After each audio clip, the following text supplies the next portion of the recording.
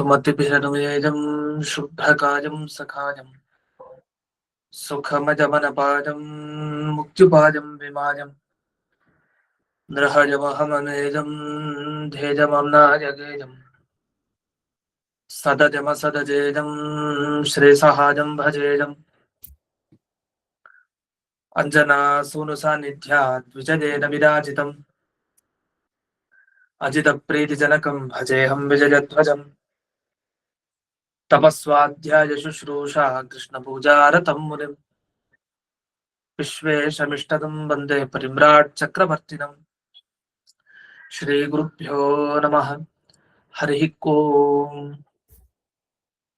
जन्माद्यस्य यतोऽन्वयादितरतश्चार्थेष्वभिघ्नस्वराट् तेने ब्रह्महृदाय आदिकवये यन्ति यं सूरयः तेजो वारिमृतां यथा विनिमयो यत्र त्रिसर्गो मृषा धाम्ना स्वेन सदा निरस्तकुहकं सत्यं परं धीमहि। ॐ स्वस्त्यस्तु सताम् अशेष सन्मङ्गलानि भवन्तु। सम्यक् श्लोकैकश्रवणपठनमात्रेण वक्तुश्च श्रोतॄणां निखिल कलिकृतकल्मष अपनोदनपटुतरे श्रीमद्भागवते महापुराणे तृतीयस्कन्धे नवमाध्याये अद्य कथानुवादे सति किञ्चित् पूर्वकथानुवादः। ಇವರಿಗೆ ಭಗವಂತನ ಹೊಟ್ಟೆ ಭಾಗದಿಂದ ಹೊರಗಡೆ ಕಮಲ ಬಂದಿದೆ. ಆ ಕಮಲದ ಒಳಗಡೆ ದೇವರು ಹೋಗಿ ಸೇರ್ಕೊಂಡ. ಆ ಸೇರಿದ್ರ ಪ್ರಭಾವ ಒಂದು, ಜೊತೆಗೆ ಈ ಕಮಲ ಅದು ಪೃಥ್ವಿ. ಪೃಥ್ವಿಯಿಂದ ಯಾವ ಈ ಕಮಲ ನಿರ್ಮಾಣ ಆಗಿದೆ,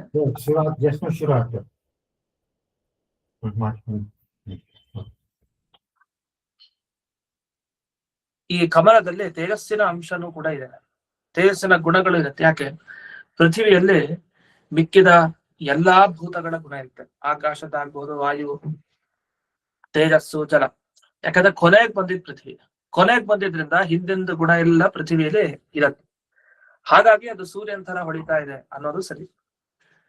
ಇದೇ ಕಮಲದಲ್ಲಿ ಒಬ್ರು ಹುಟ್ಟುತ್ತಾರೆ, ಅದಕ್ಕೆ ಕಮಲ ಭವ ಅಂತ ಕರೀತಾರೆ. ಯಾರನ್ನ? ಬ್ರಹ್ಮದೇವರನ್ನ. ಅದನ್ನ 15ನೇ ಶ್ಲೋಕದಲ್ಲಿ ಸ್ವಯಂಭುವಂ ಯಂ ಪ್ರವದಂತಿ ಸೋಭೂತ್, ಯಾರನ್ನ ಸ್ವಯಂಭೂ ಸ್ವಯಂಭೂ ಅಂತ ಕರೀತಾರೋ ಅಂತ ಬ್ರಹ್ಮದೇವರು ಹೊರಗೆ ಬಂದರು ಅಂತ ಹೇಳ್ತಾರೆ. ಬ್ರಹ್ಮದೇವರು ಅಂದ್ರೆ ಸಾಮಾನ್ಯ ಅಲ್ಲ, ಅವ್ರನ್ನ ವೇದಮಯ ಅಂತ ಕರೀತಾರೆ. ಯಾಕೆ ವೇದಮಯ? ವೇದದಲ್ಲಿ ಪರಮಾತ್ಮ ಮತ್ತೆ ಲಕ್ಷ್ಮೀ ದೇವಿಯನ್ನ ಬಿಟ್ರೆ ಮುಂದಿನ ಸ್ಥಾನ ಇರೋದೇ ಬ್ರಹ್ಮದೇವರಿಗೆ. ಸಕಲ ವೇದ ರಾಶಿಗಳು ಬ್ರಹ್ಮದೇವರ ಬಗ್ಗೆ ಹೇಳ್ತಾ ಇದೆ. ಬ್ರಹ್ಮದೇವರ ಬಗ್ಗೆ ಅಂದ್ರೆ ವಾಯುದೇವರ ಬಗ್ಗೆನೂ ಹೇಳ್ತಾ ಇದೆ ಅಂತ. ಆದ್ರೆ ಕೆಲವು ವಿಶೇಷವಾದ ಸೂಕ್ತ ಬಿಟ್ಟು, ಪುರುಷ ಸೂಕ್ತ, ಲಕ್ಷ್ಮಿ ಅಂಬರಣಿ ಸೂಕ್ತ, ಈ ಎಲ್ಲ ಸೂಕ್ತಗಳನ್ನು ಬಿಟ್ಟು ಇನ್ನು ಸಕಲ ವೇದಗಳು ಈ ವಾಯುದೇವರನ್ನ ಹಾಗೆ ಬ್ರಹ್ಮದೇವರನ್ನ ಕೊಂಡಾಡ್ತಾ ಇದೆ. ಅಂಥ ಸಕಲ ವೇದಗಳು ಹೊಗಳುತ್ತಾ ಇರುವಂತಹ ಆ ಚತುರ್ಮುಖ ಬ್ರಹ್ಮದೇವರು ಆ ಕಮಲದಲ್ಲಿ ಪ್ರಕಟರಾಗಿದ್ದಾರೆ ಅಂತ ಇಷ್ಟು ವಿಷಯ ಇಲ್ಲಿ ಬಂದಿದೆ. ಇದ್ರ ಮೇಲೆ ಕೆಲವು ವಿಶೇಷ ವಿಷಯಗಳನ್ನ ಈ ಟಿಪ್ಪಣಿಗೆಲ್ಲ ತಿಳಿಸ್ತಾರೆ. ಈ ಬ್ರಹ್ಮದೇವರಿಗೆ ಅಜ ಅಂತ ಒಂದು ಹೆಸರಿದೆ. ಯಾಕೆ ಅಜ ಅಂತ ಹೆಸರಿದೆ? ಇದನ್ನ ಅನುವ್ಯಾಖ್ಯಾನದಲ್ಲಿ ಹೇಳ್ತಾರೆ. ನಮ್ಗೆ ಸುಧಾ ಪಾಠದಲ್ಲೂ ಬೇಕಾಗತ್ತೆ ಮುಂದೆ. ಅಜಾದಿಭ್ಯ ತದರ್ಥತಃ ಅಂತ ಹೇಳ್ತಾರೆ. ವೇದವ್ಯಾಸರು ಯಾಕೆ ಬ್ರಹ್ಮಸೂತ್ರ ಬರೆದ್ರು ಅಂದ್ರೆ ಬ್ರಹ್ಮಾದಿ ದೇವತೆಗಳಿಗೆ ಮೋಕ್ಷ ಸಿಗಲಿ ಅಂತ ಬರೆದ್ರಂತೆ ಬ್ರಹ್ಮಸೂತ್ರನ. ಹಾಗಾದ್ರೆ ಬ್ರಹ್ಮನನ್ನ ಹೇಳಲಿಕ್ಕಲ್ಲಿ ಯಾವ ಶಬ್ದ ಬಳಸಿದ್ದಾರೆ? ಅಜಾದಿಭ್ಯ, ಅಜ ಅಂತ ಶಬ್ದ ಬಳಸಿದ್ದಾರೆ. ಅಜ ಅಂದ್ರೆ ಹುಟ್ಟಿಲ್ದೇ ಇರೋನ್ಗೆ ಅಜ ಅಂತ ಕರೀತಾರೆ. ಆದ್ರೆ ಕಮಲದ ಇಲ್ಲಿ ಹೇಳ್ಬೇಕಾದ್ರೆ ಕಮಲದಲ್ಲೇ ಹುಟ್ಟಿದವರು ಯಾರು? ಬ್ರಹ್ಮದೇವರು. ಸ್ಪಷ್ಟವಾಗಿ ನಮಗೆ ಗೊತ್ತಾಯ್ತು. ಈಗ ದೇವರ ನಾಭಿ ಕಮಲವನ್ನ ಹೊರಗೆ ತಂದ ಗರ್ಭೋದಕದ ಪರಿಣಾಮವಾಗಿ ಆ ಕಮಲದಲ್ಲಿ ಬ್ರಹ್ಮದೇವರು ತಾವು ಸೃಷ್ಟಿಗೆ ಬಂದಿದ್ದಾರೆ. ಹಾಗಾದ್ರೆ ಕಮಲೋದ್ಭವ ಅಂತ ಬ್ರಹ್ಮದೇವರಿಗೆ ಹೆಸರು ಸ್ಪಷ್ಟ, ಚೆನ್ನಾಗಿದೆ. ಆದ್ರೂ ಅಜ ಅಂತ ಹೇಳಿ ಈ ಬ್ರಹ್ಮದೇವರಿಗೆ ಹೇಗೆ ಹೆಸರು ಅಂತ ಪ್ರಶ್ನೆ. ಅದಕ್ಕೆ ಹೇಳ್ತಾರೆ ಅ ಅನ್ನೋ ಶಬ್ದಕ್ಕೆ ಪರಮಾತ್ಮ ಅಂತ ಅರ್ಥ. ಅಲ್ಲಿಂದ ಅಜ ಅಂದ್ರೆ ಪರಮಾತ್ಮನಿಂದ ಜ ಹೊರಗೆ ಬಂದವರು ಕಮಲದ ಮುಖಾಂತರ. ಹಾಗಾಗಿ ಅಜ ಅನ್ನೋ ಹೆಸರು ಸರಿ ಇದೆ. ಅಜ ಅಂದ್ರೆ ಹುಟ್ಟಿಲ್ದೇ ಇರೋರು ಅಂತ ಅರ್ಥ ಅಲ್ಲ, ದೇವರಿಂದ ಹುಟ್ಟಿದವರು ಅಂತ ಅರ್ಥ. ಆದ್ರೆ ದೇವರಿಗೆ ಅಜ ಅನ್ನೋ ಶಬ್ದ ಒಂದಿದೆ. ಅಜ ಸರ್ವೇಶ್ವರ ಸಿದ್ಧ. ಅಜ ಅನ್ನೋ ಶಬ್ದ ದೇವರಿಗೂ ಇದೆ. ಆ ಶಬ್ದಕ್ಕೆ ಏನರ್ಥ? ಹುಟ್ಟಿಲ್ದೇ ಇರೋರು ಅಂತ ಅರ್ಥ. ಯಾಕೆ ದೇವರು ಹಾಗೆ ಇದ್ದದ್ದು ಪ್ರಳಯ ಕಾಲದಲ್ಲಿ. ಹಾಗೆ ಬೇರೆಯವರ ಸೃಷ್ಟಿ ಕಾರಣ ಹೊರತು ತನ್ನ ಸೃಷ್ಟಿಗೆ ಯಾರು ಕಾರಣ ಅಲ್ಲ. ಎಷ್ಟೋ ಬಾರಿ ಬ್ರಹ್ಮದೇವರನ್ನ ಹೇಳೋ ಶಬ್ದ ಮತ್ತೆ ದೇವರನ್ನ ಹೇಳೋ ಶಬ್ದ ಒಂದೇ ಇರ್ಬೋದು. ಈಗ ಸ್ವಯಂಭೂ, ಸ್ವಭೂ, ಮತ್ತೆ ಈ ಅಜ ಅನ್ನೋ ಶಬ್ದ ಇದೆಲ್ಲ ಒಂದೇ. ಬ್ರಹ್ಮದೇವರನಲ್ಲೂ ಬಳಸ್ತಾರೆ, ದೇವರಲ್ಲೂ ಬಳಸ್ತಾರೆ. ಅದು ವ್ಯತ್ಯಾಸ ಇದೆ. ಅದನ್ನ ಹೀಗೆ ತಿಳ್ಕೊಬೇಕು. ಅಜ ಅಂದ್ರೆ ದೇವರ ವಿಷಯದಲ್ಲಿ ಹುಟ್ಟಿಲ್ದೇ ಇರೋನು ಅಂತ ಅರ್ಥ. ಚತುರ್ಮುಖ ಬ್ರಹ್ಮದೇವರಿಗೆ ಅಜ ಅನ್ನೋ ಶಬ್ದ ಇದೆ, ದೇವರನ್ನು ಹುಟ್ಟಿದಾನೆ ಅಂತ ಅರ್ಥ. ಒಂದೇ ಶಬ್ದ, ಬೇರೆ ಬೇರೆ ಅರ್ಥ. ಹಾಗೆ ಸ್ವಯಂಭೂ ಅನ್ನೋ ಶಬ್ದಕ್ಕೂ ಹಾಗೆ. ಸ್ವಯಂಭೂ ಅಂದ್ರೆ ತಾನಾಗೆ ಬಂದಿರೋನು ಅಂತ, ಅದು ಪರಮಾತ್ಮನ ಹೇಳುವಂತ ಶಬ್ದ. ಅದೇ ಇನ್ನೊಂದು ಸ್ವಯಂಭೂ ಶಬ್ದ ಚತುರ್ಮುಖ ಬ್ರಹ್ಮದೇವರನ್ನು ಹೇಳ್ತಾ ಇದೆ. ಹೇಗೆ? ಸ್ವಯಂ ಅಂದ್ರೆ ಪ್ರಮುಖ, ಮುಖ್ಯ, ಪ್ರಧಾನ ಅಂತ ಅರ್ಥ. ಅಂದ್ರೆ ಸರ್ವೋತ್ತಮನಾದ ದೇವರಿಗೆ ಸ್ವಯಂ ಅಂತಾರೆ. ಅವನಿಂದ ಭೂ, ಹುಟ್ಟಿದವನು, ಭವನ, ಹೊರಗೆ ಬಂದವನು, ಪ್ರಾದುರ್ಭಾವಗೊಂಡವನು. ಅದ್ಯಾರದು? ಚತುರ್ಮುಖ ಬ್ರಹ್ಮದೇವ. ಹೀಗೆ ಬ್ರಹ್ಮದೇವರಿಗೆ ಸ್ವಯಂಭೂ ಅನ್ನೋ ಶಬ್ದ ಇದೆ, ದೇವರಿಗೂ ಸ್ವಯಂಭೂ ಶಬ್ದ ಇದೆ. ಒಂದೇ ಶಬ್ದ, ಅರ್ಥ ಎರಡು ಕಡೆ ಹೋಗುತ್ತೆ. ಇನ್ನು ಇಲ್ಲಿ ಇನ್ನೊಂದು ವಿಷಯವನ್ನು ತಿಳಿಸ್ತಾರೆ. ಸಯೇವ ಅಂತ ಒಂದು ಮಾತು ಹೇಳ್ತಾರೆ. ಅಂದ್ರೆ ಯಾವ ಭಗವಂತ ಶೇಷಶಾಹಿಯಾಗಿ ಮಲಗಿದ್ನೋ ಅದೇ ಭಗವಂತನೇ ಪದ್ಮದ ಒಳಗಡೆ ಇನ್ನೊಂದು ರೂಪದಿಂದ ಹೋಗಿ ಸೇರ್ಕೊಂಡ. ಅದೇನು ಅವನೇ ಸೇರ್ಕೊಂಡ ಅಂತ ಯಾಕೆ ಹೇಳ್ತಾ ಇದ್ರಿ ಒತ್ತು ಕೊಟ್ಟು? ಅಂದ್ರೆ ಅವನ ರೂಪಗಳಿಗೆ ಭೇದ ಇಲ್ಲ ಸ್ವಲ್ಪನು. ಹೊರಗಡೆ ಇದ್ದ ಆ ದೊಡ್ಡ ರೂಪವೇ ಆ ಪದ್ಮದಲ್ಲಿ ಹೋಗಿ ಸೇರ್ಕೊಂಡಿದೆ ಅಂತ ಇದನ್ನ ತಿಳಿಸ್ಬೇಕಾಗಿದೆ. ಅದಕ್ಕೋಸ್ಕರ ಸಜೇವ ಅಂತ ಹೇಳಿದ್ದಾರೆ. ಇನ್ನು ಹೂ ಅಂತ ಒಂದು ಶಬ್ದ ಹಾಕಿದ್ದಾರೆ ಈ ಶ್ಲೋಕದಲ್ಲಿ. ಹೂ ಅಂತ ಯಾಕೆ ಹಾಕಿದ್ದು? ಹೂ ಅಂದ್ರೆ ಪ್ರಸಿದ್ಧ ಅಂತ ಅರ್ಥ. ಈ ವಿಷಯ ಹೇಳ್ಬೇಕಾಗಿಲ್ಲ, ಇದು ಪುರಾಣಾದಿಗಳಲ್ಲಿ ಬಹಳ ಪ್ರಸಿದ್ಧವಾದ ವಿಷಯ ಅಂತ ಹೇಳಲಿಕ್ಕೆ ಹೂ ಅಂತ ವೇದದಲ್ಲೂ ಅನೇಕ ಕಡೆ ಬರುತ್ತೆ, ಇಲ್ಲೂ ಬಂದಿದೆ.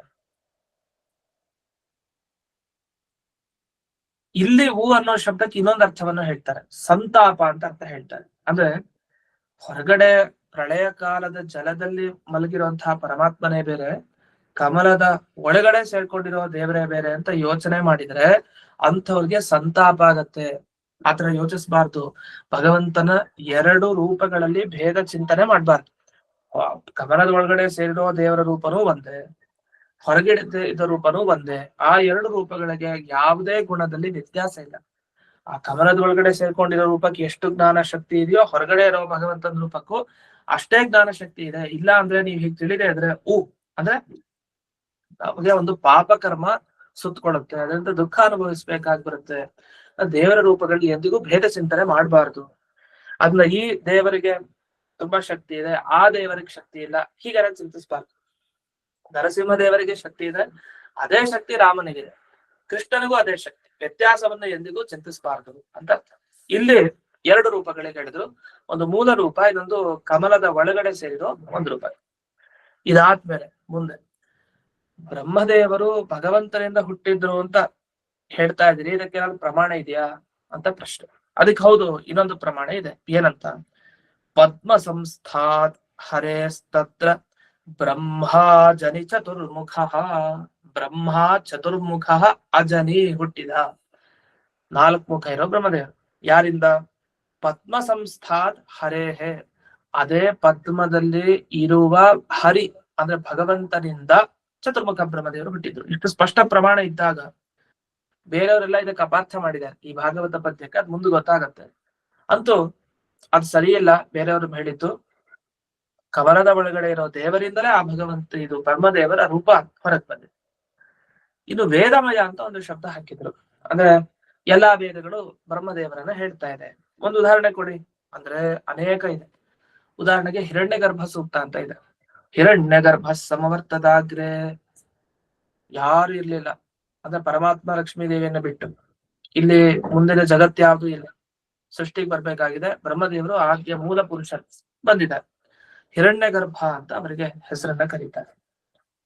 ಆ ಹಿರಣ್ಯ ಗರ್ಭ ಯಾಕೆ ಅಂತ ಹಿಂದೆ ಎಲ್ಲ ವಿವರಣೆ ಬಂದಿದೆ ಭಾಗವತದಲ್ಲಿ, ಮತ್ತೆ ಹೇಳಲಿಕ್ಕೆ ಹೋಗಲ್ಲ. ಯೋಗೈ ಬ್ರಹ್ಮಾಂಡಂ ವಿದಧಾತಿ ಪೂರ್ಣ ಅಂತ ಹೇಳಿ ಮೊದಲಿಗೆ ಬ್ರಹ್ಮದೇವರನ್ನ ಸೃಷ್ಟಿ ಮಾಡಿದ ವಿಷಯವನ್ನ ವೇದ ಹೇಳ್ತಾ ಇದೆ. ಈ ತರ ಪ್ರತಿಯೊಂದು ವೇದ ಭಾಗ ತೆಗೆದು ನೋಡಿದಾಗ ಬ್ರಹ್ಮದೇವರ ಬಗ್ಗೆ ವಿಶೇಷವಾಗಿ ತಿಳಿತಾ ಇದೆ. ಆದ್ರಿಂದ ಯಾವಾಗ ಬ್ರಹ್ಮದೇವರನ್ನ ನಾಭಿ ಕಮಲದಿಂದ ಹುಟ್ಟಿದ್ರು ಅಂತ ಹೇಳ್ತೀವೋ ಅದು ದೇವರಿಂದ ಹುಟ್ಟಿದ್ರು ಅಂತ ಅರ್ಥ. ಅದು ಹೇಗೆ? ನಾಭಿಯಲ್ಲಿ ಒಂದು ಕಮಲ ಹೊರಗ್ ಬಂತು, ಕಮಲದ ಒಳಗಡೆಯಿಂದ ಬ್ರಹ್ಮದೇವರು ಬಂದ್ರು ಅಂದ್ರೆ ಹೇಗ್ ಬಂದ್ರು? ಕಮಲದ ಒಳಗಡೆ ಭಗವಂತನ ಇನ್ನೊಂದು ರೂಪ ಇದೆ, ಆ ರೂಪ ಇರೋದ್ರಿಂದ ಕಮಲನೂ ಬೆಳೀತು, ಅದರಲ್ಲಿ ಚತುರ್ಮುಖ ಬ್ರಹ್ಮದೇವರು ಹೊರಗ್ ಬಂದ್ರು ಅಂತ ಅರ್ಥ. ಹೊರತು ಹೊರಗಿನ ರೂಪ ಅಷ್ಟೇ ಅಲ್ಲ, ಒಳಗಡೆನೂ ಇನ್ನೊಂದು ರೂಪ ಇತ್ತು, ಅದನ್ನ ತಿಳಿಬೇಕು. ಕೆಲವ್ರು ಏನ್ ಅರ್ಥ ಮಾಡ್ತಾರೆ ಅಂದ್ರೆ, ಈಗ ಬೇರೆ ಬೇರೆ ಅರ್ಥ ಮಾಡೋ ವಿಷಯ ಬರುತ್ತೆ. ಇವ್ರು ಏನೇನ್ ತಪ್ಪ ಅರ್ಥ ಮಾಡಿದ್ದಾರೆ ಅಂತ. ಅಂದ್ರೆ ಹೀಗೂ ಯೋಚನೆ ಮಾಡಬಹುದಾ ಅಂತ. ಕೆಲವು ಸಲ ಹಾಗೆ ಆಗತ್ತೆ. ಸಂಸ್ಕೃತದ ವಾಕ್ಯಗಳಿಗೆ ಮೇಲ್ನೋಟದ ಅರ್ಥವನ್ನ ತಗೊಂಡ್ಬಿಡ್ತೀವಿ, ಅದರ ಅರ್ಥ ತಗೊಳ್ಬಾರ್ದು. ಕೆಲವರು ಏನ್ ಮಾಡಿದ್ರು, ಸ್ವಯಂ ವಿಧಾತ ಅಭೂತ್ ಅಂತ ಒಂದು ವಾಕ್ಯ ಬಂತು. ಇದಕ್ಕೇನ ಅರ್ಥ? ಸ್ವಯಂ ಬ್ರಹ್ಮದೇವರೇ ಬಂದಿದ್ರು, ಅಂದ್ರೆ ಅವ್ರಿಗೆ ಯಾರು ತಂದೆ ಇಲ್ಲ, ತಾನಾಗೆ ಆ ಕಮಲದ ಮುಖಾಂತರ ಹೊರಗೆ ಬಂದ್ರು, ಹುಟ್ಟಿದ್ದಾರೆ ಅಂತ ಅರ್ಥ. ಅಲ್ಲ, ಅದ್ ಹೇಗ್ ಸಾಧ್ಯ? ದೇವರು ಇದ್ನಲ್ವಾ? ಅಂದ್ರೆ ನೋಡಿ, ಇಲ್ಲಿ ಸ್ಪಷ್ಟವಾಗಿ ಹೇಳಿದ್ದಾರೆ ಭಾಗವತದಲ್ಲಿ, ಸ್ವಯಂ ಅಂತ ಹೇಳಿದ್ದಾರೆ. ಸ್ವಯಂ ಅಂದ್ರೇನು? ಇನ್ನೊಬ್ಬರ ಅಪೇಕ್ಷೆಯಲ್ಲೇ ತಾನೇ ಮಾಡೋದಕ್ಕೆ ಸ್ವಯಂ ಮಾಡೋದು ಅಂತ. ಈಗ ಸ್ವಯಂ ಸೇವಕ ಸಂಘ, ಸ್ವಯಂ ಸಂಘ ಅಂತೆಲ್ಲ ಇರುತ್ತಲ್ಲ. ಸ್ವಯಂ ಸೇವಕರು ಅಂತಂದ್ರೆ ಏನರ್ಥ? ಏನು ಅಪೇಕ್ಷೆಯಲ್ಲೇ ತಾವಾಗೆ ಬಂದ್ ಮಾಡೋರು ಅಷ್ಟೇ, ಹೊರತು ಅವ್ರಿಗೆ ಪ್ರಚೋದನೆ ಕೊಡ್ಬೇಕು ಅಂತಿಲ್ಲ. ತಾವಾಗೆ ಹಾಗೆ ಬರ್ತಾರೆ, ಹಾಗೆ ಸೇವೆ ಮಾಡ್ಕೊಂಡು ಹೋಗ್ತಾರೆ, ಏನು ಫಲದ ಅಪೇಕ್ಷೆ ಇರಲ್ಲ. ಸ್ವಯಂ ಸೇವಕರು. ಅದು ಈಗ ಬೇರೆ ಬೇರೆ ಅರ್ಥದಲ್ಲಿ ಪ್ರಯೋಗ ಆಗಿರ್ಬಹುದೇನೋ, ನಿಜವಾಗಿರೋ ಅರ್ಥ ಅಷ್ಟು. ಸ್ವಯಂ ಸೇವಕ ಅಂದ್ರೆ ಅರ್ಥದಲ್ಲಿದೆ. ಇಲ್ಲಿ ಸ್ವಯಂ ವಿಧಾತ ಅಭೂತ್, ಸ್ವಯಂ ಬ್ರಹ್ಮದೇವರು ಬಂದ್ರು ಅಂತ ಏನರ್ಥ? ಇನ್ನೊಬ್ಬರ ಅಪೇಕ್ಷೆಯಲ್ಲೇ ತಾವಾಗೆ ಆ ಕಮಲದಿಂದ ಹೊರಗೆ ಬಂದ್ರು ಅಂತ ಅರ್ಥ. ಮತ್ತೆ ದೇವರ ಅಪೇಕ್ಷೆ ಇದೆ ಅಂತ ಹೇಗೆ ಹೇಳ್ತೀರಿ? ಅಲ್ಲ, ಪ್ರಮಾಣ ಕೊಟ್ಟು ಅಲ್ಲ. ನಿಜ, ಪ್ರಮಾಣ ಕೊಟ್ಟಿದ್ರಿಂದ ಇವ್ರ ಮಾತು ಸರಿ ಇಲ್ಲ. ಇವ್ರೇನ್ ಅರ್ಥ ಹೇಳ್ತಾರೆ ಅಂದ್ರೆ, ಬ್ರಹ್ಮದೇವರು ಬೇರೆ ಅಲ್ಲ, ವಿಷ್ಣು ಬೇರೆ ಅಲ್ಲ, ತ್ರಿಮೂರ್ತಿಗಳು ಒಂದೇ ಅಂತ ಹೇಳ್ತಾರೆ. ಅಂದ್ರೆ ಬ್ರಹ್ಮ, ವಿಷ್ಣು, ಮಹೇಶ್ವರ.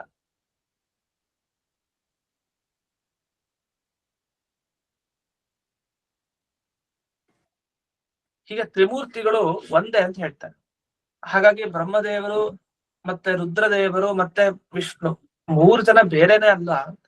ಅದನ್ನ ಯಾರು ಪ್ರಳಯ ಕಾಲದಲ್ಲಿ ಮಲಗಿದ್ನೋ ಆ ಭಗವಂತನ ಜೊತೆಗೆ ಬ್ರಹ್ಮದೇವರು ಕೂಡ ಮಲ್ಕೊಂಡಿದ್ರು. ಯಾಕೆ? ಬ್ರಹ್ಮದೇವರು ಬೇರೆ ಅಲ್ಲ, ದೇವರು ಬೇರೆ ಅಲ್ಲ. ಯಾವಾಗ ಈ ಕಮಲ ಸೃಷ್ಟಿ ಮಾಡದ ಪರಮಾತ್ಮ, ಆಗ ಪರಮಾತ್ಮನ ಜೊತೆಗೆ ಐಕ್ಯ ಒಂದಾಗಿದ್ನಲ್ಲ ಬ್ರಹ್ಮ, ಆ ಚತುರ್ಮುಖ ಬ್ರಹ್ಮ ಕಮಲದಲ್ಲಿ ಬಂದು ಪ್ರಕಟನಾದ.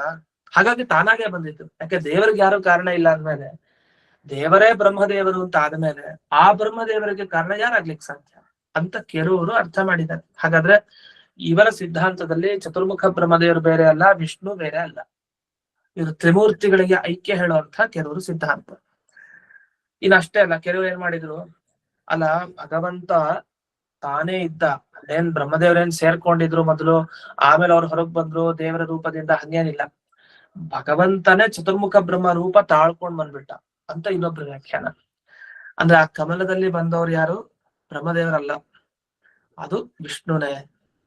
ಅದು ಬ್ರಹ್ಮದೇವರು ಅಂತ ಹೇಳ್ತಾರ, ನಿಜ, ಆ ಬ್ರಹ್ಮ ಬೇರೆ ಅಲ್ಲ, ಇವ್ ಬೇರೆ ಅಲ್ಲ ಅಂತ ಹೀಗೆ ಅರ್ಥ ಮಾಡ್ತಾರೆ. ಇದನ್ನು ವಲ್ಲಭಾಚಾರ್ಯರು ಅಂತ ಅವರು ವ್ಯಾಖ್ಯಾನ ಮಾಡಿದ್ದಾರೆ. ಇನ್ ಮುಂದಕ್ಕೆ ಹೋದ್ರೆ, ಯಾರು ಹುಟ್ಟುತ್ತಾರಲ್ಲ ಆ ಕಮಲದಲ್ಲಿ, ಅವ್ರು ಯಾರು ಗೊತ್ತಾ? ಸಾಮಾನ್ಯ ಬ್ರಹ್ಮ ಅಲ್ಲ, ನಾವೆಲ್ಲ ಇದೀವಲ್ಲ, ಎಲ್ಲ ಜೀವರ ಗುಂಪೇ ಅದು. ಅಂದ್ರೆ ಆ ಬ್ರಹ್ಮನೇ ಇಡೀ ಜಗತ್ತಾಗಿ ಕಾಣ್ತಾ ಇದ್ದಾನೆ. ಆ ಬ್ರಹ್ಮ ಬೇರೆ ಅಲ್ಲ, ಇಡೀ ಜಗತ್ತಿನಲ್ಲಿರುವಂತಹ ನಾವು ಬೇರೆ ಅಲ್ಲ. ಹೀಗೆ ಐಕ್ಯವನ್ನ ಹೇಳ್ತಾರೆ. ದೇವರೊಬ್ಬನೇ ಇರೋದು ಜಗತ್ತಿನಲ್ಲಿ, ಮಿಕ್ಕಿದ್ದೆಲ್ಲ ಸುಳ್ಳು. ಈ ತರ ಒಂದು ಸಿದ್ಧಾಂತ. ಆದ್ರೆ ಸರಿ ಇಲ್ಲ. ಯಾಕೆ? ಎಲ್ಲಾ ಜೀವರು ಬ್ರಹ್ಮದೇವರಾಗ್ಲಿಕ್ಕೆ ಸಾಧ್ಯನಾ?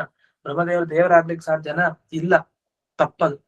ಅದನ್ನ ಪ್ರಮಾಣ ವಿರುದ್ಧ ಇದು. ಈ ತರ ವ್ಯಾಖ್ಯಾನ ಮಾಡ್ಬೇಡಿ. ಹಾಗಾಗಿ ಏನ್ ಮಾಡಿ, ತಸ್ಮಿನ್, ಆ ಕಮಲದಲ್ಲಿ ಇದ್ದಂತಹ ಸರ್ವೋತ್ತಮನಾದ ದೇವರು ಆ ಕಮಲದಲ್ಲಿರುವಂತಹ ಬ್ರಹ್ಮದೇವರ ಹುಟ್ಟಿಗೆ ಕಾರಣನಾಗಿದ್ದಾನೆ ಅಂತ ಅರ್ಥ. ಸ್ವಯಂಭೂ ಅನ್ನುವ ಶಬ್ದಕ್ಕೆ ಇದರ್ಥ. ಸರಿ, ಇದೇನೋ ನಿರ್ಣಯ ಆಯ್ತು. ಬ್ರಹ್ಮದೇವರ ಸೃಷ್ಟಿ ಆಗಿದ್ದು ದೇವರಿಂದಲೇ, ಅದೇ ಕಮಲದಿಂದ ಹೊರಗಡೆ ಬ್ರಹ್ಮದೇವರು ಬಂದಿದ್ದಾರೆ ಅಂತ. ಇನ್ನೊಂದು ಪ್ರಶ್ನೆಯನ್ನು ಮಾಡಿದ್ರು ಹಿಂದಕ್ಕೆ. ಈ ಕಮಲ ಇದೆಯಲ್ಲ, ಕಮಲ ಸಾಮಾನ್ಯ ಅಲ್ಲ, ಅದು ಪೃಥ್ವಿ ತತ್ವ, ಪೃಥ್ವಿ ಪದಾರ್ಥ ಅದು ಕಮಲ ಅಂದ್ರೆ. ಆ ಕಮಲ ಸರ್ವಗುಣಾವಭಾಸ ಅಂತ ಹೇಳ್ತಾರೆ. ಅಂದ್ರೆ ಏನೇನು ಗುಣಗಳಿದೆಯೋ ಹಿಂದಿನ ಭೂತಗಳಲ್ಲಿ, ಆಕಾಶದಲ್ಲಿ ಶಬ್ದ ಇದ್ರೆ ಆ ಶಬ್ದ ಪೃಥ್ವಿಲಿದೆ. ಯಾಕೆಂದ್ರೆ ಈಗ ಪುಸ್ತಕ ಇದೆ, ಪುಸ್ತಕವನ್ನ ಹಿಂಗ 2 ಪುಸ್ತಕ ಹಿಂಗ್ ಹಾಕಿದ್ರೆ ಶಬ್ದ ಬರುತ್ತೆ, ಅಥವಾ ನಮ್ 2 ಕೈಯಿಂದ ಹಿಂಗ್ ಹೊಡೆದ್ರೆ ಚಪ್ಪಾಳೆ ಬರುತ್ತೆ. ಇದು ಪೃಥ್ವಿ ಪದಾರ್ಥ, ಇದು ಪೃಥ್ವಿ ಪದಾರ್ಥ, ಶಬ್ದ ಇದೆ ಪೃಥ್ವಿ ಇದೆ. ಹೀಗೆ ರಸನೂ ಇದೆ, ಗಂಧನೂ ಇದೆ, ಸ್ಪರ್ಶನೂ ಇದೆ, ಎಲ್ಲಾ ಗುಣಗಳು ಇದೆ ಪೃಥ್ವಿಲಿ. ಈ ತರ ಸರ್ವ ಗುಣಗಳನ್ನ ಹೊಂದಿರುವಂತಹ ಪೃಥ್ವಿ ಅದೇ ಕಮಲ ಅಂತ ಇದನ್ನ ಹೇಳಿದ್ರು. ಈಗ ಬೇರೆಯವರು ಅರ್ಥ ಮಾಡಿದಿಷ್ಟು, ಅದು ಸರ್ವಗುಣಾವಭಾಸ, ಎಲ್ಲಾ ಗುಣಗಳನ್ನು ಹೊಂದಿದೆ ಏನರ್ಥ? ಜೀವರಿಗೆ ಏನೇನ್ ಅನುಭವಿಸ್ಲಿಕ್ಕೆ ಬೇಕೋ ಎಲ್ಲಾ ಪದಾರ್ಥಗಳನ್ನ ಆ ಕಮಲದಲ್ಲಿ ಇಟ್ಕೊಂಡಿದ್ದಾರೆ ಬ್ರಹ್ಮದೇವರು. ಒಬ್ಬ ಜೀವನಿಗೆ ನನಗೆ ಇದು ಬೇಕು ಅನ್ನಿಸ್ತಾ, ಅದಿರತ್ತಲ್ಲಿ ಆ ಕಮಲದಲ್ಲಿ ಸಿಗತ್ತೆ. ಇನ್ನೊಬ್ಬ ಜೀವ ನನಗೆ ಇದು ಬೇಕಾ, ಅದು ಆ ಕಮಲದಲ್ಲಿ ಸಿಗುತ್ತೆ. ಹೀಗೆ ಜೀವ ಮುಂದೆ ಅನುಭವಿಸುವಂತಹ ಪ್ರತಿಯೊಂದು ಪದಾರ್ಥಗಳು ಆ ಕಮಲದಲ್ಲಿ ಇದೆ ಅಂತ ಕೆಲವ್ರು ವ್ಯಾಖ್ಯಾನ ಬರೆದು, ಕೆಲವ್ರು ಬರೆದು ಇಲ್ಲ ಅದು ಹೀಗ ಅರ್ಥ ಅಲ್ಲ. ಆ ಕಮಲದಲ್ಲಿ ಏನಿದೆ ಅಂದ್ರೆ ಜೀವ ಒಳ್ಳೆ ಕೆಲಸ ಮಾಡಿದ್ರೆ ಸ್ವರ್ಗಕ್ಕೆ ಹೋಗ್ತಾನೆ, ಕುಕರ್ಮ ಮಾಡಿದ್ರೆ ನರಕಕ್ಕೆ ಹೋಗ್ತಾನೆ. ಆ ನರಕ ಸ್ವರ್ಗಗಳು ಆ ಕಮಲದಲ್ಲಿವೆ ಅಂತ ಇನ್ನೊಬ್ರು ಅರ್ಥ ಮಾಡಿ. ಸರಿ, ಮುಂದೆ ಇನ್ನೊಂದು ವ್ಯಾಖ್ಯಾನ ಏನು, ಆ ಕಮಲದಲ್ಲಿ ಏನಿದೆ ಅಂತಂದ್ರೆ ದೇವರ ಗುಣಗಳನ್ನು ನಾವು ತಿಳ್ಕೊಳ್ಬೇಕು, ಅದಕ್ ಬೇಕಾದ ವಸ್ತುಗಳಲ್ಲೆಲ್ಲ ಇದೆ. ಆ ಕಮಲ ನೋಡಿದಾಗ ನಮ್ಗೆ ಅರ್ಥ ಆಗತ್ತೆ, ಓ ದೇವರಲ್ಲಿ ಇಂತಿಂತ ಗುಣ ಇದೆ. ಅದು ದೊಡ್ಡ ವಿಶಾಲವಾಗಿದೆ ಕಮಲ, ದೊಡ್ಡದು ನೋಡಿದಾಗ ಓ ದೇವರಲ್ಲಿ ವ್ಯಾಪ್ತಿ ಇದೆ, ದೊಡ್ಡ ಗುಣ ಇದೆ, ಎಲ್ಲಾ ಕಡೆ ವ್ಯಾಪಿಸ್ಕೊಂಡಿರ್ತಾರೆ. ಈ ತರ ಭಗವಂತನ ಗುಣವನ್ನ ತೋರಿಸ್ಲಿಕ್ಕೆ ಬೇಕಾದ ವಸ್ತುಗಳು ಆ ಕಮಲದಲ್ಲಿವೆ ಅಂತ ಹೇಳಿ ವ್ಯಾಖ್ಯಾನ ಮಾಡ್ತಾರೆ. ಅದೇ ವಸ್ತುದ ಯಾವ್ದು ಸರಿ ಇಲ್ಲ. ಮಹಾಭಾರತದ ಮೋಕ್ಷ ಧರ್ಮ ಪರ್ವ ಅಂತ ಇದೆ, ಅದರಲ್ಲೇ ಒಂದು ಮಾತಿದೆ, ಬ್ರಹ್ಮದೇವರಿಗೆ ಆಸನವಾಗಿ ಬೇಕಾಗಿತ್ತು ಯಾವುದು, ಈ ಪದ್ಮ. ಯಾಕೆ ಕುಳಿತುಕೊಳ್ಳಿಕ್ಕೆ ಒಂದು ಬೇಕಲ್ಲ ಆಸನ, ನಾವೆಲ್ಲ ಚಾಪೆ ಹಾಕೊಂಡು ಕೂತ್ಕೊಳ್ತೀವಿ, ದರ್ಭೆ ಚಾಪೆ ಕೃಷ್ಣಾಜಿನ ಒಂದೊಂದು ಹಾಕೊಂಡು ಕೂತ್ಕೊಳ್ತೀವಿ. ಹಾಗೆ ಬ್ರಹ್ಮದೇವರಿಗೂ ಒಂದು ಆಸನ ಬೇಕಾಗಿತ್ತಂತೆ. ಆ ಆಸನಕ್ಕೋಸ್ಕರ ಈ ಪದ್ಮ ಬೇಕಾಗಿತ್ತು. ಅದು ಯಾವ ಆಸನ ಇದು, ಪಾರ್ಥಿವ ಆಸನ, ಪೃಥ್ವಿ ತತ್ವದ ಆಸನ ಇದು. ಹಾಗಾಗಿ ಆಸನದ ಮೇಲೆ ಕೂತಿದ್ದಾರೆ, ಇಷ್ಟೇ. ಅದು ಬಿಟ್ಟು ಈ ಕಮಲದಲ್ಲಿ ಆ ಪದಾರ್ಥ ಇದೆ, ಈ ಪದಾರ್ಥ ಇದೆ, ಹಾಗೆ ಹೇಗೆ ಇದೇನು ಇಲ್ಲ. ಆ ಕಮಲದಿಂದೆಲ್ಲ ಸೃಷ್ಟಿ ಆಗೋದು ಬೇರೆ ವಿಷಯ, ಎಲ್ಲ ಆ ಕಮಲದಲ್ಲಿದೆ ಅಂತಂದ್ರೆ ಇದು ಸರಿ ಇಲ್ಲ ವ್ಯಾಖ್ಯಾನ, ಇದು ನಿಮ್ಮ ಕಲ್ಪನೆ ಅಷ್ಟೇ. ಒಂದು ಇನ್ನು ಪೃಥ್ವಿಯಲ್ಲಿ ಎಲ್ಲಾ ಗುಣ ಇದೆ ಅಂತ ಆಗ್ಲೇ ಹಿಂದಕ್ಕೆ ಬಂದಿದ್ದ ವಿಷಯನೇ. ಇನ್ನೊಂದು ಸ್ವಯಂ ಅಂತ ಒಂದು ಶಬ್ದ ಬಂದಿದೆ ಈ ಭಾಗವತ ಪದ್ಯದಲ್ಲಿ. ಅದಕ್ಕೆ ಸ್ವಯಂ ಅನ್ನೋದಕ್ಕೆ ಉತ್ತಮ ಅಂತ ಅರ್ಥ, ಸರ್ವೋತ್ತಮ, ಪ್ರಧಾನ ಅಂತ ಅರ್ಥವನ್ನ ಕೊಡುತ್ತೆ. ಇದಾದ್ಮೇಲೆ ಭಾಗವತ ತಾತ್ಪರ್ಯದಲ್ಲಿ ಏನೇನು ಒಂದೊಂದು ಮಾತನ್ನ ಕೊಟ್ಟಿದ್ದಾರೆ ಅದನ್ನೊಮ್ಮೆ ಓದ್ತೀನಿ. ಭಾಗವತ ತಾತ್ಪರ್ಯದಲ್ಲಿ ಕೊಟ್ಟಿದ್ದಿಷ್ಟು, ಪದ್ಮ ಸಂಸ್ಥಾ ಧರೇಸ್ತತ್ರ ಬ್ರಹ್ಮಾದರಿ ಚತುರ್ಮುಖ. ಇದಕ್ಕಾಗ್ಲೇ ಹಿಂದೆ ಅರ್ಥ ಹೇಳಿದೆ, ಪದ್ಮದಲ್ಲಿರೋ ದೇವರೇ ಆ ಬ್ರಹ್ಮದೇವರ ಸೃಷ್ಟಿಗೆ ಕಾರಣ. ಒಂದು ಇನ್ನು ಪೃಥ್ವಿ ಅಂದ್ರೆ ಏನು, ಸರ್ವಗುಣಾವಭಾಸಕಂ ಪೃಥಿವ್ಯಾತ್ಮಕಂ. ಇದು ಎಲ್ಲ ಆಚಾರ್ಯರ ಮಾತು, ತುಂಬಾ ಗಂಭೀರ, ಎರಡೇ ಶಬ್ದ, ಅರ್ಥ ಮಾತ್ರ ತುಂಬಾ ದೊಡ್ಡದು. ಎಲ್ಲ ಮತಗಳು ಸರಿ ಇಲ್ಲ ಅಂತ ಒಂದೊಂದು ಶಬ್ದದಿಂದ ತೋರಿಸಿದ್ದಾರೆ. ಪೃಥಿವ್ಯಾಂ ಹಿ ಸರ್ವೇ ಶಬ್ದಾದಯೋ ಗುಣಾಹ ಅವಭಾಸಂತೆ. ಪೃಥಿವಿಯಲ್ಲಿ ಎಲ್ಲಾ ಅಂದ್ರೆ ಶಬ್ದ, ರೂಪ, ರಸ, ಗಂಧ, ಸ್ಪರ್ಶ ಪ್ರತಿಯೊಂದು ಗುಣಗಳು ಅದರಲ್ಲಿ ತೋರ್ತಾ ಇದೆ. ಮೋಕ್ಷ ಧರ್ಮದಲ್ಲಿ ಅಂದ್ರೆ ಮಹಾಭಾರತದಲ್ಲಿ ಬಂದ ಮಾತೇನು ಅದನ್ನು ಉಲ್ಲೇಖ ಮಾಡ್ತಾರೆ. ತಸ್ಯಾಸನ ವಿಧಾನಾರ್ಥಂ ಪೃಥಿವಿ ಪದ್ಮ ಮುಚ್ಯತೆ. ಬ್ರಹ್ಮದೇವರಿಗೆ ಆಸನ ವಿಧಾನ ಮಾಡ್ಲಿಕ್ಕೋಸ್ಕರ, ಸೃಷ್ಟಿಸ್ಲಿಕ್ಕೋಸ್ಕರ ಆ ಪದ್ಮ ಪೃಥ್ವಿಮಯವಾಗಿಯೇ ದೇವರು ಹೊರಗೆ ಹಾಕದ. ಅಂದ್ರೆ ತನ್ನಿಂದ ಹುಟ್ಟಿದ ಬ್ರಹ್ಮದೇವರಿಗೆ ಒಂದು ಆಸನ ಕೊಟ್ಟ, ಕೂತ್ಕೊಳ್ಳಿ ಅಂತ. ಬ್ರಹ್ಮದೇವರಲ್ಲಿ ಕೂತಿದ್ದಾರೆ, ಆ ಕಮಲದ ಒಳಗಡೆ ಕೂತಿದ್ದಾರೆ. ಆ ಮೊಗ್ಗು ಏನಿದೆಯಲ್ಲ, ಆ ಮೊಗ್ಗು ಅರಳಿತು, ಆ ಅರಳಿದ ಕಮಲದ ಒಳಗಡೆ ಹೋಗಿ ಬ್ರಹ್ಮದೇವರು ಕೂತ್ಕೊಂಡಿದ್ದಾರೆ. ಮುಂದಕ್ಕೆ ಸ್ವಯಂ ಅನ್ನೋ ಶಬ್ದ ಇದೆ, ಆ ಶಬ್ದಕ್ಕೆ ಪ್ರಧಾನ ಅಂತ ಅರ್ಥ, ಉತ್ತಮ ಅಂತ ಅರ್ಥ. ಎಲ್ಲಿ ಹೇಳಿದ್ದಾರೆ ಹೀಗೆ, ಬ್ರಹ್ಮ ಪುರಾಣದಲ್ಲಿ ಮಾತು ಬರುತ್ತೆ ಅಂತ ಉಲ್ಲೇಖ ಮಾಡಿದ್ರು. ಮತ್ತೆ ಪ್ರಧಾನ ವಾಚಕಸ್ತು ಏಕಃ ಅಂತ, ಅಂದ್ರೆ ಪ್ರಧಾನವಾಚಕವಾದದ್ದು ಏಕ ಶಬ್ದ, ಅನನ್ಯ ಕೇವಲ ಸ್ವಯಂ ಅಂದ್ರೆ ಒಬ್ಬನೇ, ಏಕಃ ಅನನ್ಯ ಅಂದ್ರೆ ಬೇರೆಯವ್ರ ಅಪೇಕ್ಷೆ ಇಲ್ಲ, ಕೇವಲ ಸ್ವಯಂ, ಈ ನಾಲ್ಕು ಶಬ್ದ ಒಂದೇ ಅರ್ಥ ಕೊಡುತ್ತೆ ಅಂತ. ಪ್ರಧಾನವಾಚಕಸ್ತು ಏಕಃ ಅನನ್ಯ ಕೇವಲ ಸ್ವಯಂ ಚ. ಈಗ ಬ್ರಹ್ಮಪುರಾಣದಲ್ಲಿ ಇದನ್ನು ಸ್ಪಷ್ಟವಾಗಿ ತಿಳಿಸಿದ್ದಾರೆ. ಇಲ್ಲಿವರೆಗೆ ಈ ಶ್ಲೋಕಕ್ಕೆ ಪೂರ್ಣ ವ್ಯಾಖ್ಯಾನವನ್ನ ಮಾಡಿದ್ದಾರೆ.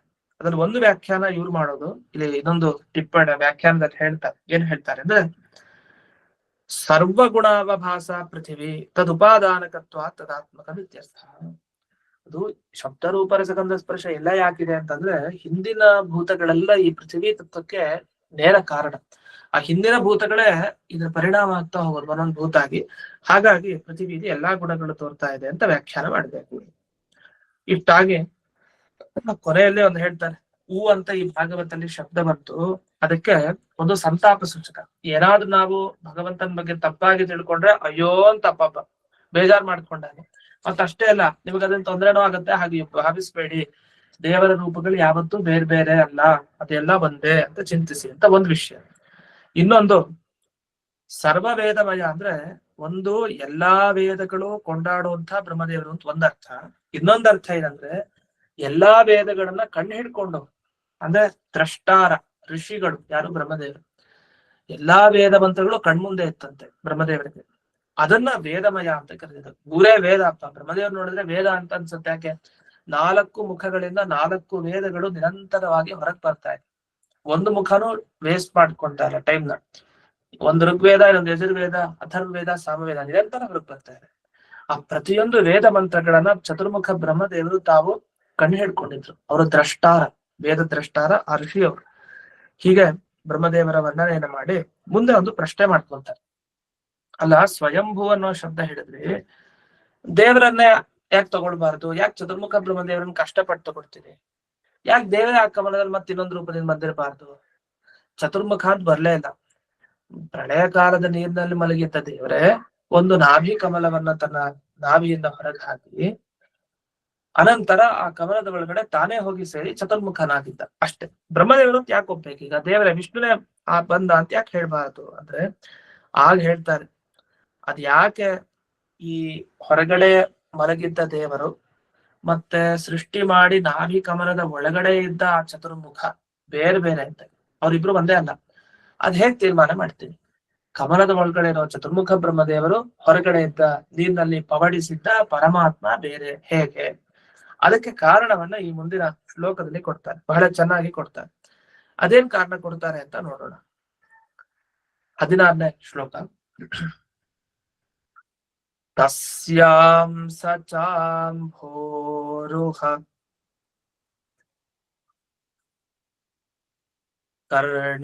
ಕರ್ಣಿಕಾಯಾಂ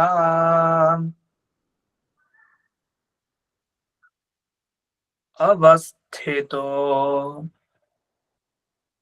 ಲೋಕಂ ಅಪಶ್ಯಮಾನಃ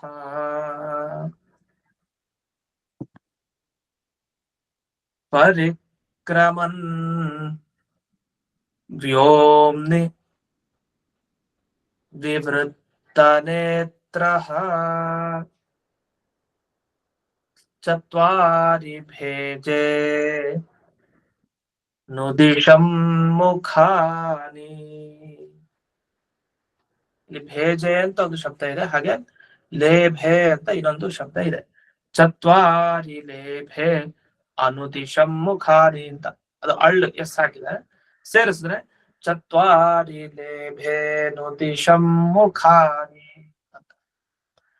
ಈ ಶ್ಲೋಕದಲ್ಲಿ ಹೇಳ್ತಾರೆ ಬ್ರಹ್ಮದೇವರಿಗೆ 4 ಮುಖ ಯಾಕೆ ಬಂತು ಅಂತ ತುಂಬಾ ಸುಂದರವಾಗಿ ಹೇಳ್ತಾರೆ.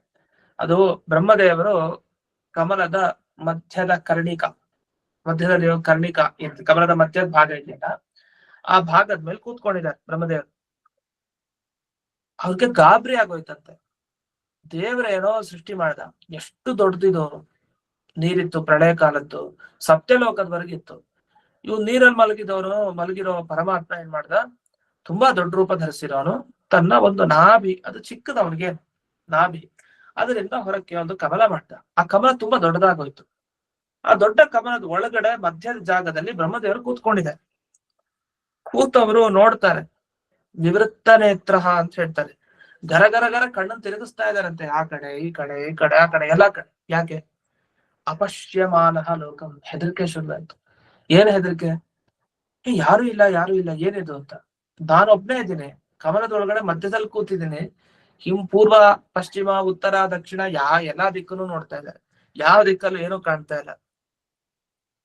ಅದ್ ಹೇಗಿತ್ತು ಅಂತಂದ್ರೆ ಅವ್ರಿಗೆ 4 ಮುಖ ಇದೆ ಅಂತ ಗೊತ್ತಾಗ್ಬಿಡ್ತು.